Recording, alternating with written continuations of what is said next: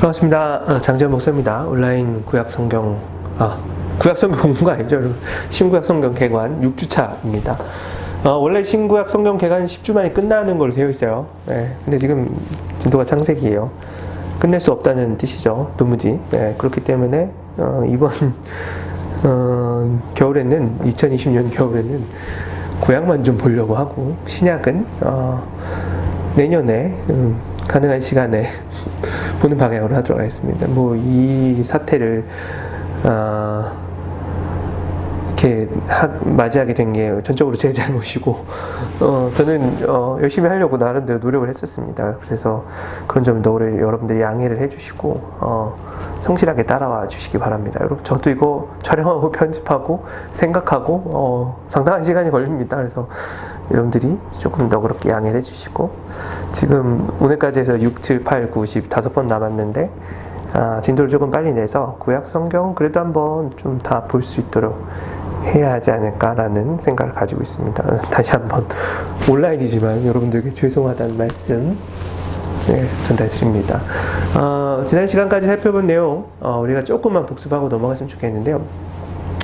창세기 1장부터 11장이 이제 원역사라 그랬습니다. 근데 창세기 1장부터 11장의 내용은 여러분 창세기의 전반부에 해당하고 세상이 창조되는 어떤 그런 장엄한 분위기를 자아내지만 성경의 관심은 그런 장엄함에 있다 그러지 않다 그랬습니다.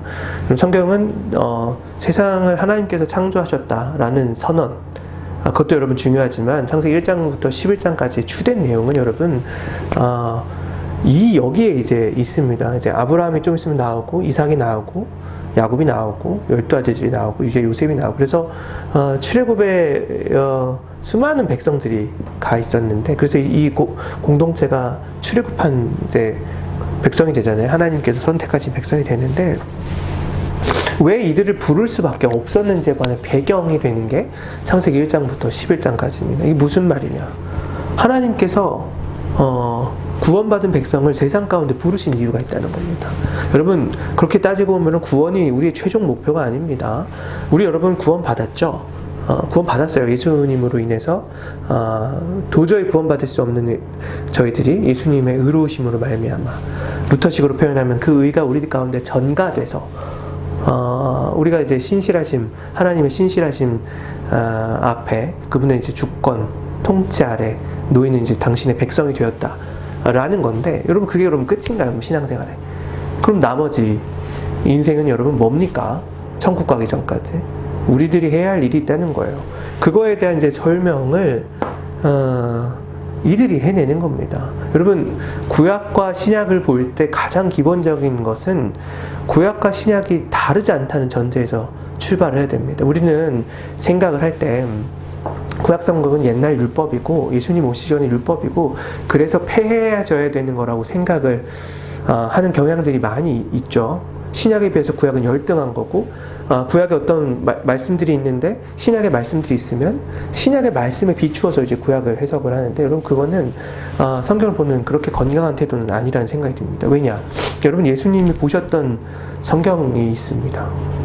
예수님 무슨 성경 보셨을까요? 바울이 썼던 성경 봤을까요? 로마서 아니죠, 여러분. 예수님에게 유일하게 있던 성경은 구약 성경입니다.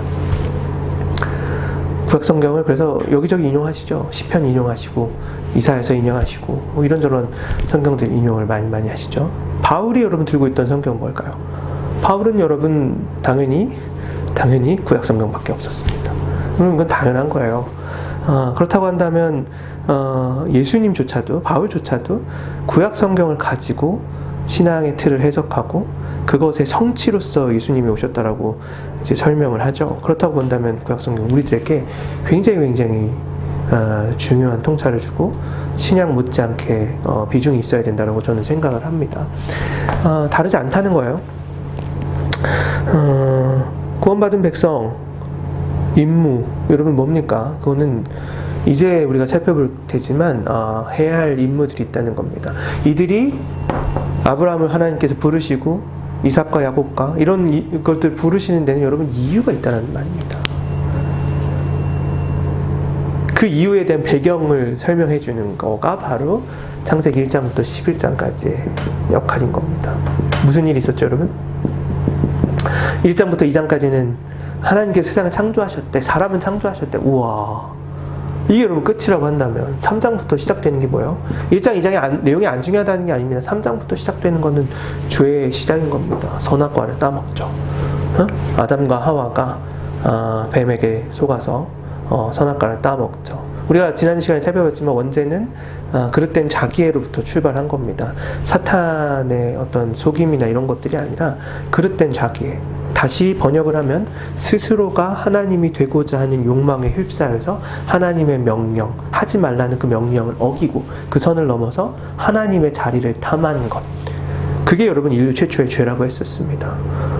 그 죄를 우리가 이제부터 어떻게 살펴볼 거냐면 이 죄는 여러분 성경의 한결같은 주제이기 때문에 제가 말씀을 드리려고 하는데 여러분 신구약 성경의 주제를 이제 한마디로 표현을 하자면 신구약 성경의 주제는 여러분 우리가 이제 복음주의적 계통에 있는 사람들은 항상 예수 그리스도를 얘기를 하는데 예수님, 예수 그리스도. 근데 여러분 이거는 어떤 점에서 여러분 반은 맞고 반은 조금 부족한 설명입니다. 완전히 틀린 것은 아니지만 예수 그리스도가 정점이 되셨는데 예수 그리스도가 오셔서 이루고자 하셨던 더 큰 맥락의 이야기가 있는데 그게 바로 여러분 하나님의 나라입니다. 여러분 이거 기억하셔야 돼요. 신구약 성경의 하나의 주제는 하나님 나라입니다. 여러분 이건 제 얘기가 아니라 신구약 성경을 연구하는 모든 성서학자, 조직신학자들의 한결같은 얘기가 바로 신구약 성경의 주제는 메인 포커스는 하나님 나라에 관한 거라는 거죠. 하나님 나라 뭐? 하나님 나라 여러분 설명이 필요하잖아요. 하나님 나라는 여러분 주권적인 개념입니다. 물론 여기에는 땅도 들어가고 뭐 나라의 구성 요소들이 있죠. 국민이 있어야 되고 주권이 있어야 되고 땅이 있어야 되고 그리고 여러분 이것만 가지고 나라를 이룰 수가 없죠. 그렇게 되면은 그 안에 있는 백성들은 서로 혼란에 이르기 때문에 이 나라 안에서 서로 이제 서로가 상호 간에 맺는 사회적 합의들 그걸 이제 법이라고 하죠. 여러분 이게 있어야 되는데 하나님 나라도 여러분 마찬가지예요. 요것들이 있어야지 이제 구성이 잘 되는데 하나님께서 이것들을 다 가르쳐 주십니다. 근데 여러분 여기서 가장 중요한 것은 하나님 나라의 주권이 어디 있는지에 관한 겁니다. 여러분 대한민국 헌법 1조 1항이 뭐죠? 대한민국 헌법 1조 1항은 대한민국은 민주공화국이다. 이게 1조 1항이고 1조 2항이 여러분 뭡니까? 모든 권력은 대한민국의 이 모든 주권은 국민에게 있으며 모든 권력은 국민으로부터 나온다. 여러분 이게 1조 2항이거든요. 그래서 여러분 민주공화국의 가장 큰 특징은 뭐냐면 주권이 민주주의이기 때문에 국민들에게 있다는 거예요. 대통령이나 국회의원들은 선출되어서 대리자, 대행자, 에이전트에 불과한 거죠. 근데 이제 그런 사람들이 이제 우리를 이제 부리는 수단으로 삼아서 그게 항상 늘 문제가 되는 건데 근데 하나님 나라에 있어서 명확한 주권은 모든 주권이 그분께 있다는 거예요. 하나님께. 이게 여러분 가장 중요한 통찰입니다. 주권은 하나님께 있는 거죠. 국민은 여러분 국민은 그분의 주권에 순응하는 사람들이죠. 이게 바로 하나님께서 창조하신 백성들이고 땅은요. 최초에는 에덴 동산이 있었어요. 그쵸? 법은요. 최초의 법은 여러분 뭐죠? 이게 나중에 이제 율법이 되는 건데 최초의 법은 여러분 하나님의 금지 명령이었습니다. 선악과를 따먹지 말라. 근데 여러분 선악과를 따먹지 말라는 건 무슨 뜻이라고 했습니까? 여러분 고대 근동은 선과 악을 알게 하는 유일한 사람은 선과 악을 아는 유일한 사람은 왕에게 있다고 생각했었죠. 그래서 재판을 받으러 가기 위해서는 오늘날은 이제 법원에 갔는데 변호사를 고용하고 옛날에는 왕한테 나갔어요. 솔로몬한테 재판을 받잖아요. 그런 것처럼 이제 선과 악을 아는 거는 왕이라는 사실을 나타내는 가시적 징표였던 거예요. 그러니까 여러분 동산 중앙에 있을 수밖에 없어요. 동산 중앙에 선과 악을 아는 거. 그러니까 내가 왕이다라는 사실. 이거 하나만 건들지 않으면 이 하나님의 에덴 동산에서 이 하나님의 백성들은 편하게 살 수 있었던 거예요. 그분께서 주시는 법, 그분께서 보호하신 안전함 속에서, 그분께서 베풀어 주신 풍요 속에서 살아갈 수 있는 거예요. 그때는 여러분 땅에 엉겅퀴를 내고 가시덤불을 내지 않아서 자연스럽게 수고하지 않아도 음식들이 나와서 그걸 따먹고 하나님을 경배하면서 살아가면 되는 것이 여러분 하나님 나라, 그분의 주권을 인정한 자들의 삶이었던 거죠. 근데 여러분 이게 망한 거예요. 이게 뭘 어김으로? 선과 곧 하나님의 자리를 스스로 탐했다는 범죄 때문에. 네, 그렇습니다. 여러분 이거는 우리들도 마찬가지로 나타나죠. 여러분 우리들에게 있어서 가장 큰 죄의 원형이 뭔 줄 아십니까? 우리도 스스로 하나님이 되고자 하는 겁니다. 당연히 생각하겠죠.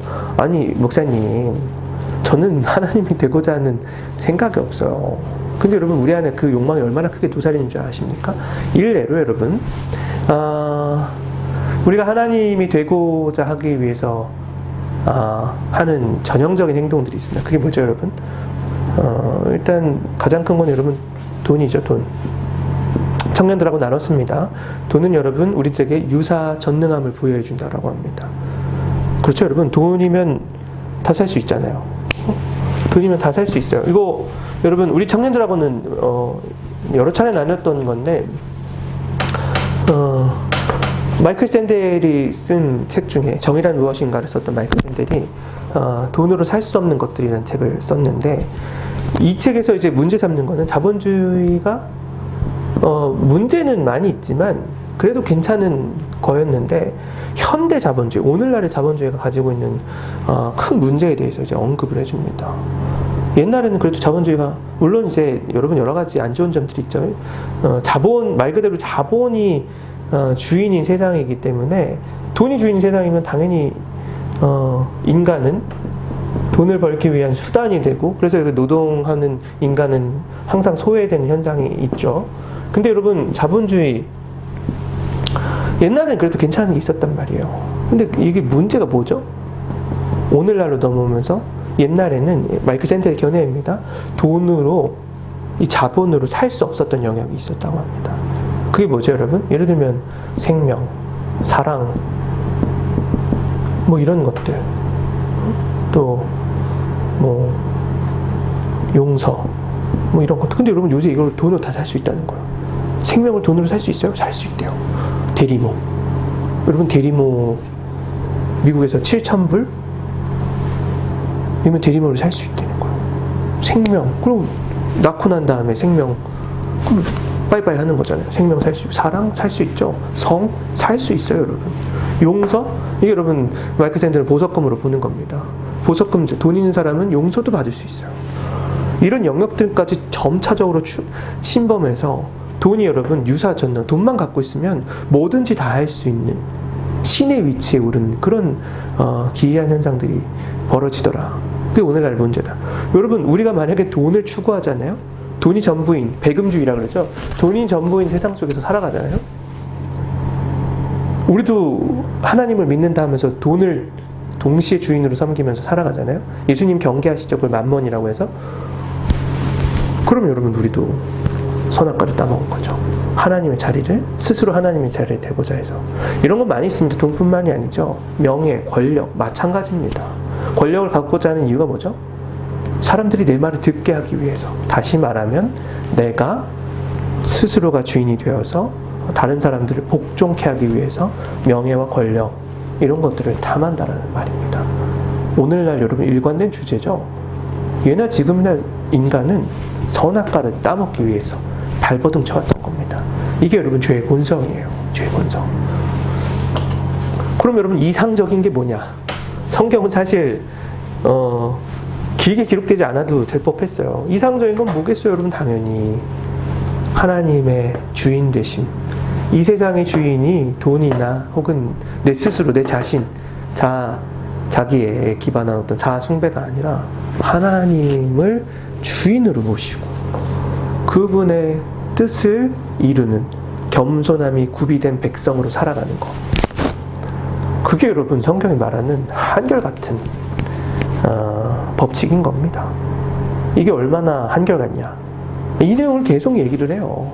그래서 여러분 순종이라는 게 중요한 거예요. 순종.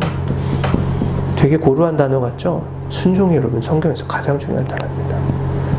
순종. 뭐에 순종을 하죠? 하나님의 뜻에 순종을 하는 거잖아요. 하나님 뜻 어디 있는데요? 성경에 있잖아요. 어렵나요? 어렵지 않습니다. 이제 볼 거예요. 하나님 뜻이 뭔지. 하나님이 왕으로서 가장 중요하게 생각하는 통치 법칙이 무엇인지. 궁금하시죠? 구약 성경에서 가장 얘기하는 두 가지 주제가 바로 정의와 공의예요. 이거를 이루는 주체자들이 되는 겁니다. 살펴볼 거예요. 이 아담이 범죄한 이후로 계속 범죄를 하죠. 4장에 가면 뭐가 나오죠? 두 가지 큰 죄악이 나오는데, 하나는 이제 우리가 잘 아는 가인과 아벨이에요. 가인과 아벨. 오랜 주제예요. 가인, 아벨. 왜 가인의 재산을 안 받고 아벨의 재산을 받았냐? 여러분, 요거 그냥 간단하게만 좀 언급하고 넘어갈게요. 아벨은, 여러분, 잠깐만 볼까요? 4장 1절부터 볼게요. 4장 1절에 보면은 이렇게 되어 있습니다. 아담이 그의 아내 하와와 동침하며 하와가 임신하여 가인을 낳고 이르되 내가 여호와로 말미암아 등남하였다 하니라. 여러분, 여기서 이제 가인의 이름의 뜻이 나오는데, 여러분 각주가 잘 달려있는 성경책을 보면은 가인의 뜻이 나옵니다. 그 뜻이 뭐냐면 어둠이란 뜻이에요. 하와가 여호와로 말미암아서 가인을 얻었다라고 나오는 겁니다. 미라슬 볼프라는 사람이 되게 유명한 신학자입니다. 이 사람이 이 구절에 대해서 이제 열심히 묵상을 하던 중에 아마 이 가인을 이름을 어둠이라고 짓고 여호와로 말미암아 등남하였다라는 성경의 기록으로 보아 오랫동안 아마 불임이 있었을 거고 기도 가운데 가인을 얻었다. 되게 귀한 자식인 거예요. 라고 이제 해석을 하는 거죠. 그럴싸하죠. 이름을 어둠이라고 짓는 거는 여러분 쉬운 일이 아닙니다. 반면에 여러분 아벨의 뜻은 뭐냐? 이거 담임 목사님 얼마 전에 언급했어요. 아벨은 여러분 히브리 헤벨에서 오는데 헤벨이라는 뜻은 뭐냐면 헛됨, 수증기 이런 뜻입니다. 자녀 이름을 헛된 거, 수증기 속성이 뭐죠? 뭐 실체가 없이 이렇게 막 날아가는 것 같잖아요. 그런 것처럼 이제 헛된 자라는 거예요. 그러니까 아마도 이 하와가 자녀를 낳고 봤을 때 가인과 이 아벨 둘 중에 가인을 좀 더 편애하지 않았나? 라는 생각이 듭니다. 이걸 어떻게 또 알 수 있냐? 가인은 여러분 직업이 뭐예요? 농사 짓는 자예요. 농사는 뭐예요? 유목민이에요. 유목민. 양을 치는 사람이죠. 이게 무슨 말이죠? 여러분, 그때 당시에 어느 땅에서 정주해서 농사를 짓는다?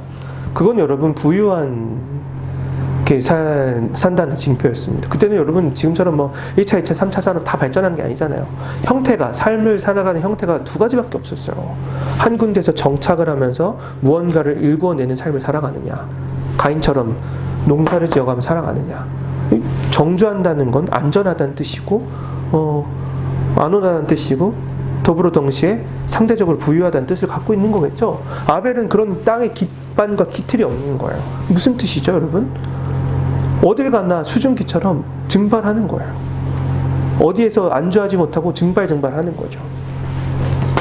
유목민적 삶. 다시 말하면 아벨은 약자였던 거예요. 편애 모티프. 가인을 좀 더 편애하지 않았나?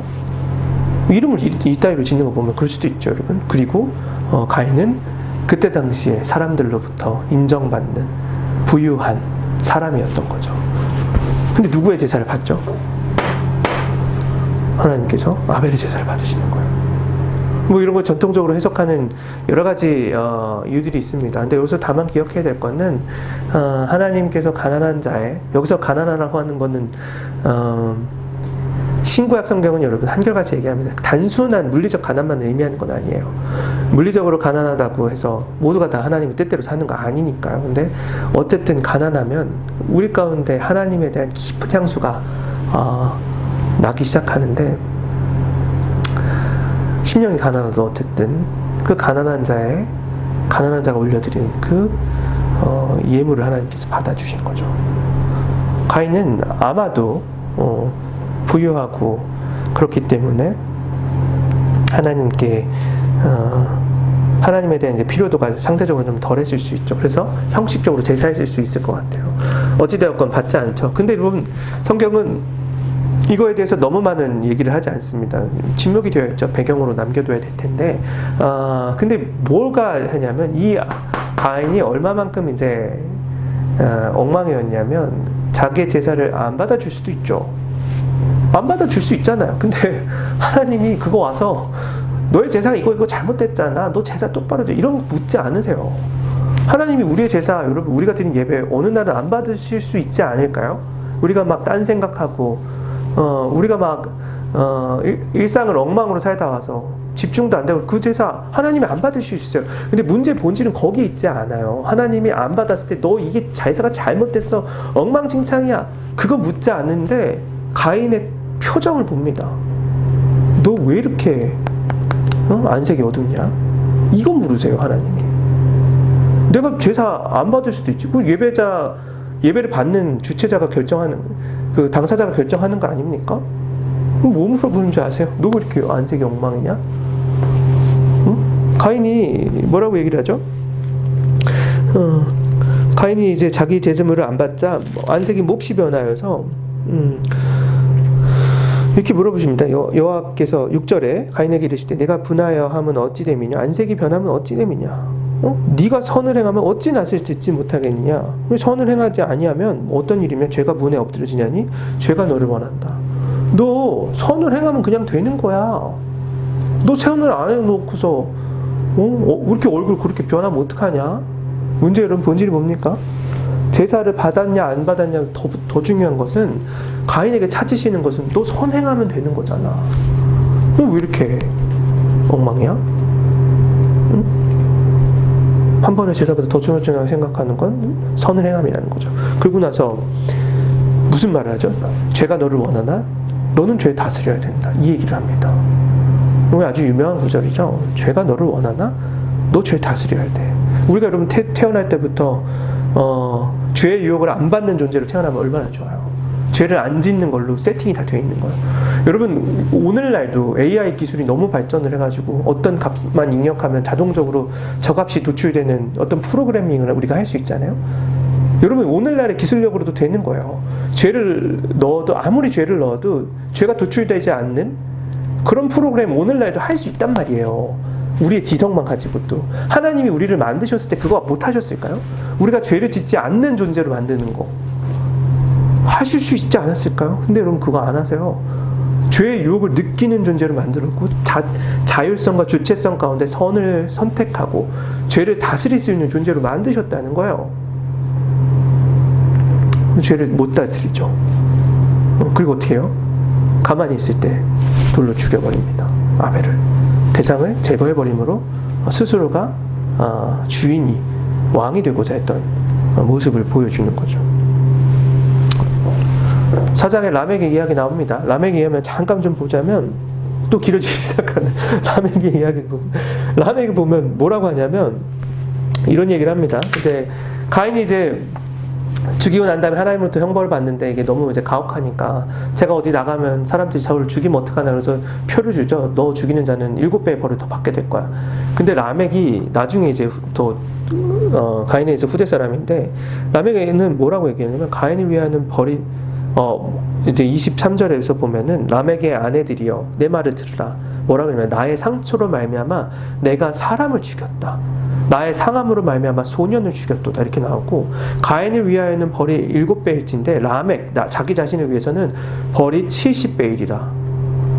77배이리다. 이렇게 얘기를 합니다. 이게 무슨 말이에요, 여러분? 여기서 중요한 거는 인류가 점점 더 타락에 대해서 라멕이라는 자에 이르렀는데 자기 상처 때문에 어떤 소년을 죽여버렸다는 거예요. 자기 마음에 들지 않아서 어떤 사람을 죽여버렸다는 거예요. 이것도 여러분 웃기죠? 웃긴데 가인 후예들이 무슨 일들을 하고 있냐면 웃긴 다음에 자기가 스스로 법을 만드는 거예요. 자기를 지키는 법을. 야, 내가 죽였어. 나 죽였어. 인정을 하죠. 근데 그런 다음에 뭐라 하냐? 가인한테는 7배. 하나님이 그랬다며. 나 건들잖아. 나 77배야. 너희들 건들지 마. 뭐죠, 여러분? 스스로가 하나님이 된 거예요. 그래서 자기 기분 상하면 죽여버리고 스스로 법을 만들어서 아무도 해하지 못하는 자신만의 왕국을 만들면서 살아간 거죠. 신기한 건 여러분, 라멕에 한 기가 막힌 일들이 있습니다. 라멕은 여러분 아들들의 이름을 보면은 뭐 가축 치는 자의 조상이 되었고, 수금과 통소 잡는 자의 조상이 되었고, 구리와 쇠로 여러 가지 기구를 만드는 조상이 되었고, 라멕의 아들들이 했던 일들에 대한 언급이거든요. 라멕의 때부터 문화가 생기기 시작하는 거예요. 수금, 퉁소, 문화가 생기잖아요. 구리 만드는 어떤 문화들. 인류가 역사에 있어서 진보했는데 하나님의 뜻부터 멀어졌다는 거예요. 여러분, 이것도 기억을 해야 됩니다. 인류의 진보, 문화가 발전하는 거 하나님 뜻하고 상관없을 확률이 굉장히 높습니다. 우리가 지금 뭐 4G니 5G니 LTE니 뭐 그래서 영화 하나를 1초, 2초면 다운을 받고 시공간의 격차를 뭐 줄이기 위해서 무슨 일들을 하고 나노 로봇이 질병 이제 몸속에 들어가서 세포들을 다 없애는 일들에서 30년 안에 암이 정복되고, 여러분 이런 문화들이 발전하면 뭐합니까? 인간의 근본적인 문제들, 스스로가 하나님이 되고자 하는 이 죄악이 다스려지지 않는 한 인류는 여러분 기술이 아무리 발전해도 타락을 거듭할 수밖에 없는 겁니다. 그런 점에서 여러분 유발 하라리가 쓴 호모 데우스라는 책이 있죠. 유발 하라리는 여러분 유대 학자로서 굉장히 저명한 사람이었죠. 호모 데우스라는 책이 뭐죠? 인간이 호모가 데우스가 돼 신적 존재가 되었다는 거예요. 인간 그 이제 내용 중에 이런 게 있습니다. 그러니까 인류를 괴롭히는 3가지 주제가 있었는데 이 3가지 주제만 이제 정복을 하면 인간이 이제 신적인 위치로 갈 수가 있다고 해요. 20세기 인간을 괴롭혔던 문제가 전쟁과 기근과 바이러스였죠. 질병, 바이러스. 바이러스와 기근과 바이러스의 문제, 기근의 문제, 그리고 이제 질병의 문제였는데 이거 3개를 정복을 해나간다는 거예요.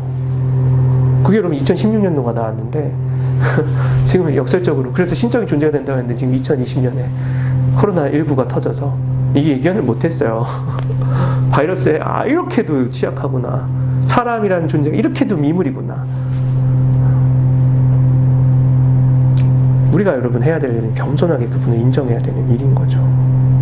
그분이 여러분 말 한마디면 모든 것을 이루실 수 있는 분입니다.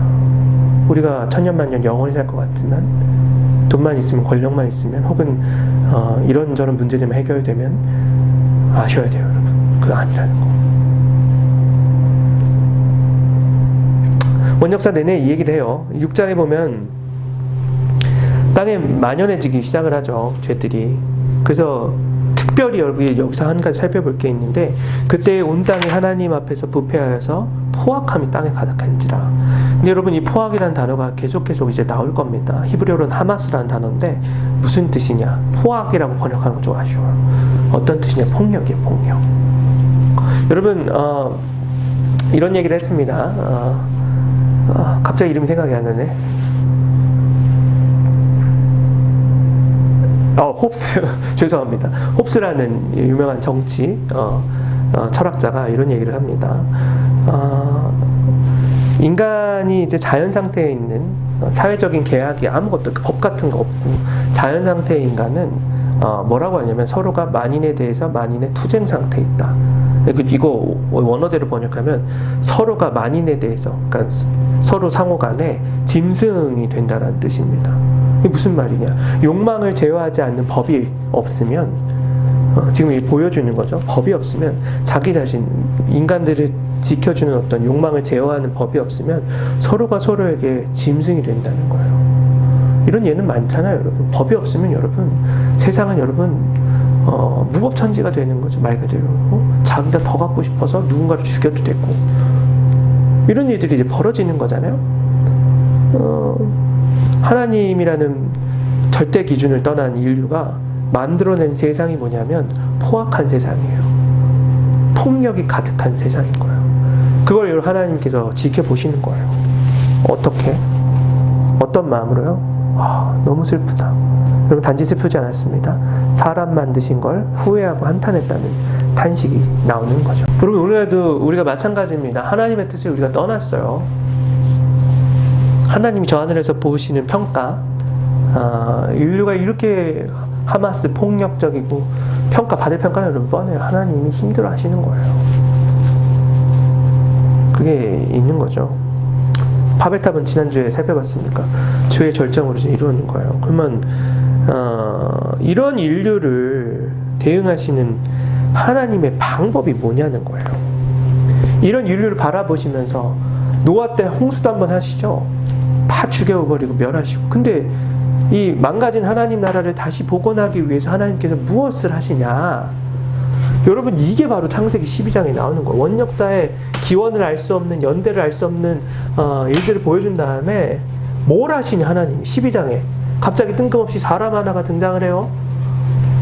그 사람이 여러분 누구죠? 물론 11장 마지막에 족보가 나오긴 하지만 그 사람이 여러분 누굽니까? 아브라함이라는 사람이에요. 아브라함. 왜 갑자기 12장에 인류의 제약을 쭉 보여준 다음에 아브라함이라는 사람을 처음에 이제 아브라함으로 등장하죠. 이 사람이 등장을 하는 거죠, 여러분. 하나님께서 아브라함을 부르시는 이유에 대해서 나오는 창세기에서 정말 중요한 구절이 한 군데 있는데 그게 어디냐? 창세기 18장 19절 말씀 한번 볼까요? 18장 17부터 19절을 제가 읽어드립니다. 뭐라고 되어 있냐? 18장 17부터 여호와께서 이르시되 내가 하려는 것을 아브라함에게 숨기겠느냐? 하나님이 알려주신다는 거죠. 아브라함은 강대한 나라가 되고 천하 만민은 그로 말미암아 복을 받게 될 것 아니냐? 내가 그로 그 자식과 권속에게 명하여 여호와의 도를 지켜 의와 공도를 행하게 하여 그를 택하였나니 이는 나 여호와가 아브라함에게 대한 일을 이루려 함이니라. 여러분, 무슨 말이에요 이게? 아브라함을 택한 이유가 있대요. 그건 뭐예요? 그와 그 권속들에게 명하여 뭘 이루는 백성이 되게 하냐면 의, 공도 이루는 거예요. 무슨 뜻이에요? 여러분, 의가 뭐고 공도가 뭐예요? 번역이 왜 일관적이지 않은지 전 잘 모르겠어요. 근데 이 단어는 여러분 히브리 성경에서 조금 더 많이 번역된 정의와 공의라는 단어입니다. 히브리어로는 미슈파트 앤 제다카, 미슈파트와 제다카. 여러분, 이게 뭐죠? 정의와 공의를 이루는 백성이 되게 하려고. 하나님의 계획이 여러분 엿보여지십니까? 엿보여지셔야 돼요. 안 보이시네요? 세상이 하나님을 떠나서 포악만을 산출하는, 서로가 서로에게 짐승이 되는 그런 전쟁터 아비규환의 상태가 됐잖아요. 적자가 생존하고 정말 무한 경쟁 속에서 뺏고 또 뺏는 이런 어떤 그런 세상이 되어버렸는데 하나님께서 새로운 세상을 건설하시겠다는 거예요. 대안적인 공동체를 보여주시겠다는 거예요. 그게 뭐냐? 아브라함으로 말미암아 그의 자손들에게 가르치겠다는 거예요. 뭐를? 하나님의 뜻을, 정의와 공의라는 하나님이 가장 좋아하시는 법도를 가르쳐줘서 그들로 하여금 세상에 빛이 되고 빛이 되어서 그들이 그 빛 가운데로 나아오길 선택하게 하는 방법을 택하겠다는 거예요. 하나님이 그의 구원의 사역을 하기 위해서 뭘 하신다? 사람을 선택한다는 거예요. 강대한 나라가 되겠다. 여러분, 여기에 목표가 있는 게 아니에요. 미국과 같은 아무도 건드리지 못하는 언터처블 나라를 만드시겠다. 여러분, 여기에 방점이 찍혀있는 게 아니라는 말이에요. 그럼 뭐냐? 우리는 막 경제가 부강하면 다 끝날 것 같고 그런데 여러분, 경제보다 더 중요한 건, 물론 경제도 중요하죠. 인간을 풍요하게 한다는 점에서. 근데 그보다 더 중요한 건 뭐예요? 하나님께서 생각하시는 정의와 공의를 이루어드리는 민족이 된다는 거예요. 그럼 이 정의와 공의가 나와 있는 게 어디에 나와 있냐? 여러분, 이게 어디 나와 있냐면 신명기서의 율법서에 나오고 신명기, 레위기 같은 데 나옵니다. 우리가 레위기 살펴볼 겁니다. 레위기는 아주 중요하게 살펴볼 거예요. 왜요, 여러분? 레위기에 하나님께서 그리는 세상과 이상이 잘 나타있기 때문에 그렇습니다. 근데 여러분, 이 나라를 이루기 위해서는 뭐가 필요하죠? 자, 여러분, 하나님이 되게 소중하게 생각하는 게 이런 거라고 그랬잖아요. 그렇잖아요. 근데 하나님이 소중하게 생각하는데 나는 소중하게 생각 안 할 수가 있잖아요. 그쵸? 하나님의 뜻을 이루어드리는 공동체가 돼야 되는데 하나님조차 신뢰하지 않으면 어떡해요? 그래서 여러분, 아브라함이라는 한 사람은 당연한 말이지만 하나님에 대한 믿음이 있었어야 돼요. 여러분, 왜 아브라함이 믿음의 조상이 되는 줄 아세요? 하나님께서 선택하셨는데 하나님에 대한 믿음이 없으면 안 되기 때문에 하나님께서 믿음을 요구하신 거예요. 그게 여러분 창세기 12장부터 22장까지 계속 나오는 얘기입니다. 어떤 일이죠, 여러분? 아주 중요한 주제가 나와요. 이 주제가 여러분 뭐죠? 중요한 주제. 성경에 계속 나오는 주제죠. 불임이라는 주제가 나와요. 하나님이 뭐라고 약속을 하시죠? 야, 내가 너로 말미암아서 민족을 이룰 거야. 너의 자손은 저 모래를 봐. 저 모래보다 많을걸? 저 하늘의 별을 봐. 저 별보다 많을걸? 엄청나지? 이게 너에게 해준 약속이야. 아브라함 75세 때 나타나서 얘기를 해줘요. 25년 동안, 아브라함이 100세가 되는 25년 동안 아무 일이 일어나지 않아요. 뭘 요구를 하시는 거죠? 불임이라는 건 여러분, 생명 창조에 관한 거예요. 그쵸? 생명 창조. 이거 여러분, 인간이 생명 창조 할 수 있나요? 제가 초등부 애들 데리고 초등부 전도사 때 하나님이 흙으로 사람을 빚으셨다고 했잖아요. 점토 다 나눠주고 사람의 형상을 만들어보자 그랬어요. 애들한테. 만들었죠, 열심히. 제 목적이 뭐예요? 피조물과 창조주의 차이를 가르쳐주기 위한 게 제 목적이었어요. 애들은 열심히 만듭니다. 그리고 하나님이 하셨던 행동들을 한번 해보자. 그리고 이제 다 만든 그 점토에다가 숨을 불어넣으라고 그랬어요. 하나님이 숨을 후하고 불어넣으니까 걔네들이 생명이 되었다고 나왔잖아요. 애들이 거기서부터 이제 탄식이 들려오기 시작합니다. 당연히 안 될 걸 뻔히 알고 있기 때문에 그렇죠. 숨을 불어넣어요. 그래도 이제 개 중에 순수한 애들이 숨을 막 불어넣습니다. 그게 생명이 되나요? 안 되죠. 왜요, 여러분? 그거는 하나님만 하실 수 있는 거니까. 여러분, 먼지를 가지고, 여러분, 거기에 나오는 아담아를 가지고 아담을 만들었다는 말이 나오는데, 이 언어 유예요. 아담아를 가지고 사람을 만들었는데, 아담아는 여러분, 흙, 먼지 이런 뜻을 가지고 있어요. 먼지를 가지고 우리가 뭘 아무리 해도 안 되는 겁니다. 이 주제가 등장하는 거는 이 세상에 태어난 모든 생명이 다 하나님께 붙들려 있다는 사실을 가르쳐주기 위해서, 전능하신 하나님의 속성을 가르쳐주기 위해서 하나님이 자주 사용하시는 주제 중에 하나인 거죠. 불임. 못 믿어요. 처음에 못 믿어요. 어떡하죠? 하나님이 가나안 땅으로 가라 그랬는데 하나님 보여주신다 해서 기근이 들자 가나안 땅 내버리고 이집트로 내려갑니다. 내려가요. 하나님 보여주신 거에 대한 신뢰가 처음부터 있진 않았던 거죠.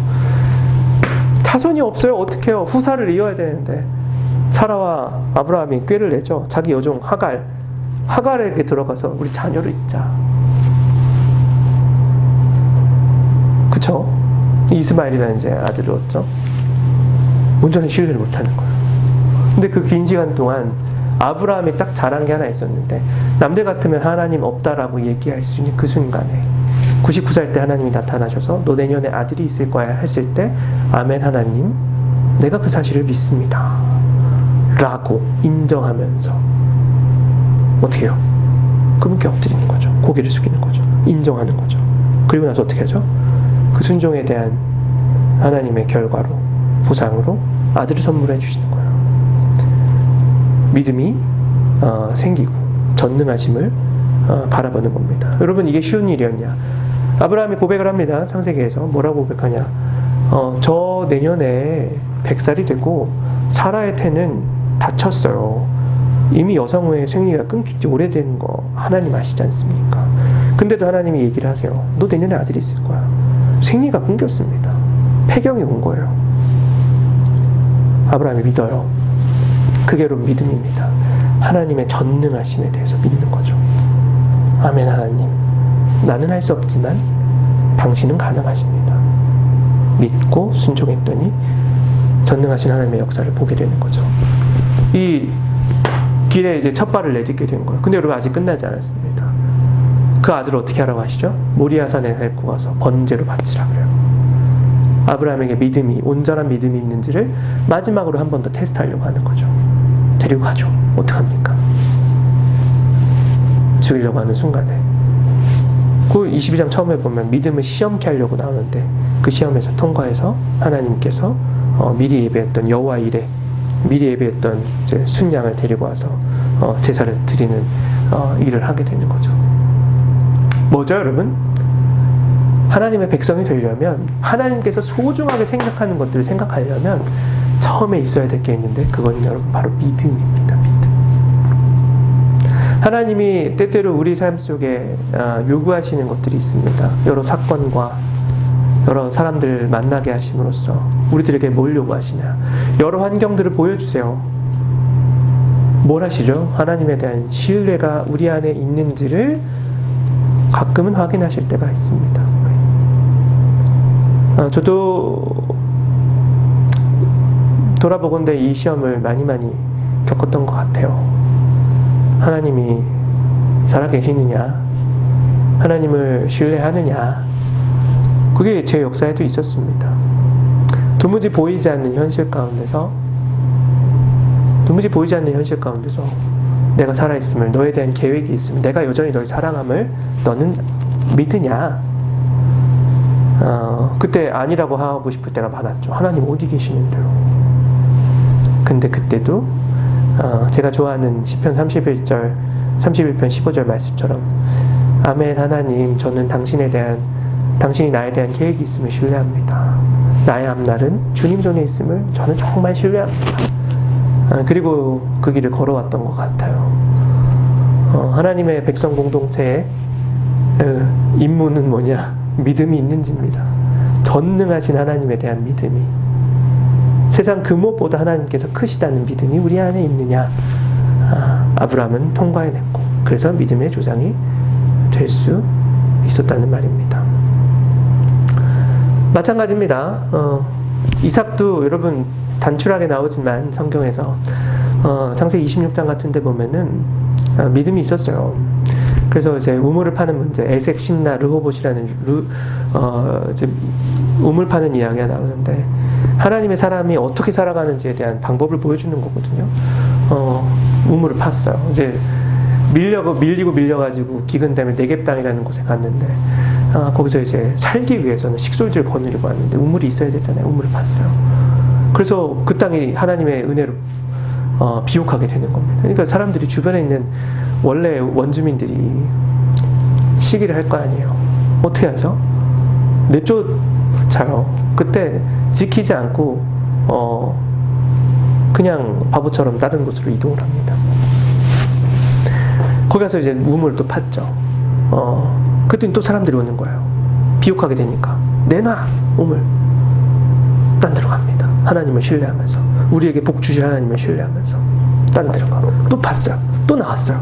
비옥하게 됐어요. 또 나. 그래서 점점 이제는 누가 따라오지 않는 히브리 말로 와디라고 하는 곳으로 이제 내려갑니다. 그게 무슨 말이냐면 되게 척박한 땅이에요. 물이 잘 스며드는 곳. 거기에서 척박한 땅에서 또 물을 팠는데 거기서 물이 또 나옵니다. 더 이상 사람들이 쫓아오지 않아요. 거기가 풍요로워지는 겁니다. 하나님께서 살아계시고 나를 보호해 주신다는 믿음으로 다른 사람들이 자기가 이뤄놓은 성취를 얻어놓은 것을 뺏어갈 때마다 그때마다 내려가는 거예요. 자기는 척박한 곳으로, 낮은 곳으로 주님처럼 내려가는 거죠. 그때마다 하나님께서 놀라운 결과들을 보여줍니다. 근데 여러분 그게 끝이 아니죠. 그때 그 지역을 다스리는 왕이 군대 장관을 비골이라는 사람 데리고 와서 얘기를 하는 겁니다. 처음에 군대 장관 데리고 왔으니까 얼마나 무섭겠습니까? 또 나가라는 말인가? 근데 뭐라 그러냐? 되게 감동적인데 평화조약 맺자 그럽니다. 뭐라고 그분이 얘기하냐? 26장에 그런 얘기를 해요. 널 보니 하나님이 너와 함께 하심을 내가 알겠다. 와, 여러분 이게 정말 감동적인 고백 아닙니까? 세상 사람이 척박한 곳에서 하나님 신뢰하심으로 그분께서 복 주실 것을 의지함으로 자꾸 내려갔더니 낮은 곳으로 갔더니 주님처럼 세상 사람들이 인정을 하는 거죠. 야곱, 요셉 맞습니다. 한결같습니다. 다 보지 못하지만 요셉이야말로 여러분 이집트 땅 그곳에서 총리, 여러분 우리는 총리라는 걸 초점을 맞추지만 바로왕이 창세기 41장에서 그런 얘기합니다, 여러분. 요셉의 모습을 보면서 세상에 어찌 저렇게 하나님의 영에 감동된 사람을 우리가 찾을 수 있을까? 이집트 땅에는 여러분, 우리는 여러분 힘들면 연락할 친구 있잖아요. 야, 나 기도 제목 좀 해줘. 나눠줘. 그런 사람 하나도 없고 예배당도 없고 심지어 여러분 그땐 성경도 없었어요. 혼자 그 이집트라는 광활한 제국에 요셉이라는 사람 하나 버려진 거예요. 하나님의 사람으로서 증명을 했었어야 되는 거예요. 너무 힘들었겠죠. 근데 하나님의 살아계심, 전능하심, 왕대심 신뢰해서 그때 당시 가장 강력한 바로 왕에게 어찌 저렇게 하나님의 영에 감동된 사람이 있단 말이냐. 그 결과를 이뤄냈다는 거죠. 출애굽 공동체가 되기 전에 이 사람들, 창세기는 여러분 거칠게 보면 12장부터 50장까지는 많은 백성이 되기 전에, 이제 이 정의와 공의를 가르치는 많은 백성이 되기 전에 70명쯤 되는 사람이 되었다라는 걸 가르쳐주는 책인데, 이제 이삭의 후예들이 요셉이 있는 곳으로 이제 나중에 합류를 하잖아요. 그때 70명 정도 되었다고 하는데, 그거에 대한 해석이거든요. 결과가 뭐야? 믿음이 있어야 된다. 하나님에 대한. 그거 여러분 보여준 책입니다.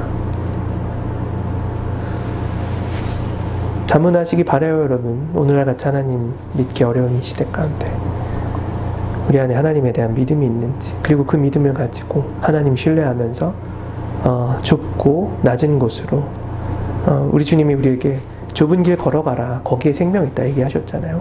걸어가고 있는지, 역사를 써내려 가고 있는지 돌아보셔야 됩니다. 그게 여러분 믿음의 사람들이 해야 할 일들인 거예요. 창세기 내용 여러분 여기서 갈무리하고, 이제부터는 다음 시간에는 출애굽기의 내용들, 특별히 출애굽기 19장 이후에 발생하는 하나님이 원하시는 공동체, 시간이 된다면 레위기까지 살펴보는 시간을 갖도록 하겠습니다. 긴 시간 들어주셔서 감사합니다.